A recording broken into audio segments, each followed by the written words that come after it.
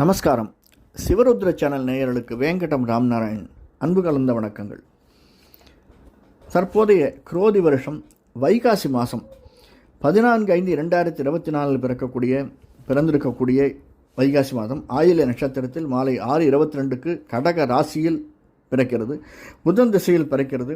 அந்த வைகாசி மாதம் விருச்சிக ராசிக்காரர்களாய நமக்கு எப்படி இருக்கும்?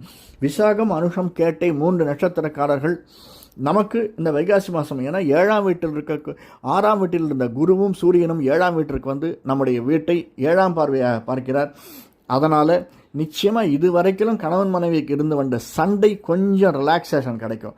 நிச்சயமாக அதிலிருந்து விடுபடக்கூடிய சூழ்நிலை நிச்சயமாக இருக்கும். குருவனுடைய பார்வை என்பது ஏற்றத்தை தரக்கூடியதாக அமைந்திருக்கிறது. சாதாரணமாக இதை நான் குரு பயிற்சியிலேயே சொன்னேன். அதுவும் இந்த விருச்சிக ராசிக்காரர்களுக்கு நிச்சயமாக அவர்களுக்கு சின்ன சின்ன மாற்றங்களை தரக்கூடியதாக வைகாசி மாதம் அமைந்திருக்கிறது.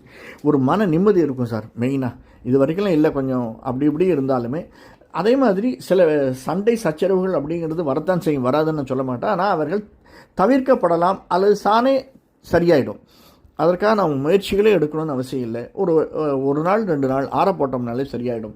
அதே மாதிரி தான் ஒரு டீல் முடிக்கணும். பிஸ்னஸ் மேன் வந்து ஒரு டீல் முடிக்கணும் அப்படின்னு போகிறாருன்னா எல்லா டீலுமே முதல் நாள்லேயே முடிஞ்சிடறதில்ல. அதற்காக கொஞ்சம் அவசரப்படாமல் கொஞ்சம் நிதானமாக இருந்து நாம் செயல்பட்டோமையானால் நிச்சயமாக எந்த ஒரு அக்ரிமெண்ட் சைன் பண்ணுறதாகட்டும் அதெல்லாம் நமக்கு மேன்மையை தரக்கூடியதாக அமைந்திருக்கிறது. ஏன்னா நமக்கு 6ஆம் வீட்டில் சுக்கிரன், புதன், நமக்கு 8ஆம் வீட்டு குடைவன் 6ஆம் வீட்டில் இருக்கிறதுனால புதன் சுக்கிரனோட சம்பந்தம், 7ஆம் வீட்டு குடைவன் 6ஆம் வீட்டில் இருக்கான் அப்படின்னு சொன்னாலுமே குருவனுடைய பார்வை நமக்கு அதிகமாக இருக்கிறதுனால நிச்சயமாக பண வரவு, ரொட்டேஷன் ஆஃப் மணி அப்படின்னு சொல்லுவாங்க, அதெல்லாம் நிறைய தான் இருக்கும். அதில் ஒன்றும் சந்தேகமே வேண்டாம். நம்முடைய 5ஆம் வீட்டில் செவ்வாயும் ராகுவும் இருப்பதனால அது மீன இடத்துல குருவினுடைய வீடு தான், அதுவும் அது மீன ராசி. அதனால் வெளிநாடு செல்பவர்கள் நிச்சயமாக நல்லதொரு மாற்றத்தை ஏற்றத்தையும் எதிர்பார்க்கலாம்.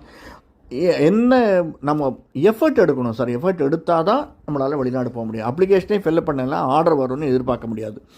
இது நான் அடிக்கடி சொல்கிறது. அதனால் அப்ளிகேஷன் போடுங்க. அப்ளிகேஷன் போட்டால் எந்த இடத்துல லாபம் இருக்கும். அதே மாதிரி இந்த கன்ஸ்ட்ரக்ஷன் தொழில், விவசாயம், கன்ஸ்ட்ரக்ஷன், நிலம், நீர் சம்மந்தப்பட்டு செய்யக்கூடிய பிஸ்னஸ் செய்பவர்களாக இருந்தாலும் அந்த தொழில் இருப்பவர்களாக இருந்தாலும் இந்த வைகாசி மாதம் நல்லதொரு ஏற்றத்தை தரக்கூடியதாகத்தான் அமைந்திருக்கிறோம்.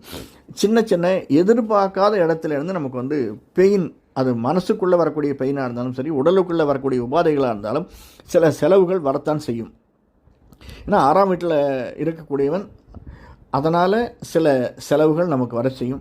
அந்த செவ்வாய் நம்ம லக்னாதிபதி 5இல் இருக்கிறதுனால, ராசி அதிபதி 5இல் இருக்கிறதுனாலையும், 6ஆம் வீட்டுக்குடையவன் தனக்கு 12இல் போனதுனாலையும் நாம் சில செலவுகளை சந்திக்க வேண்டியிருக்கும்.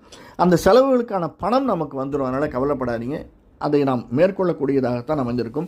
சில சமயத்தில் எதிர்பார்த்த மகசூல் இருக்காத விவசாயிகளுக்கு, அதே மாதிரி சில நீர் சம்பந்தப்பட்டு இருக்கக்கூடியவர்களுக்கு, மீனவர்களுக்கு எதிர்பார்த்த இடத்திலிருந்து லாபங்கள் வராமல் இருக்கலாம். இந்த ஒரு மாதம் கொஞ்சம் அட்ஜஸ்ட் பண்ணிட்டால் அடுத்த மாதம் நிச்சயமாக இந்த வைகாசி மாதத்தை விட்டு நமக்கு நல்லதொரு ஏற்றத்தையும் மாற்றத்தையும் தரக்கூடியதாகத்தான் அமைந்திருக்கும்.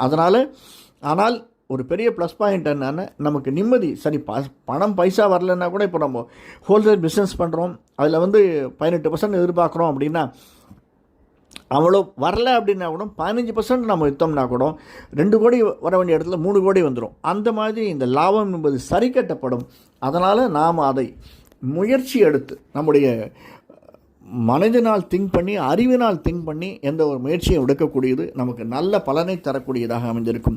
நம்முடைய வணங்கக்கூடிய தெய்வங்களும் தாய் தந்தருடைய ஆசியும் பெரியோர்கள் ஆசியும் நம்மை நல்ல விதத்தில் வழி நடத்தும். வைகாசி மாதம் நமக்கு நல்லதாக அமையும். நன்றி, வணக்கம்.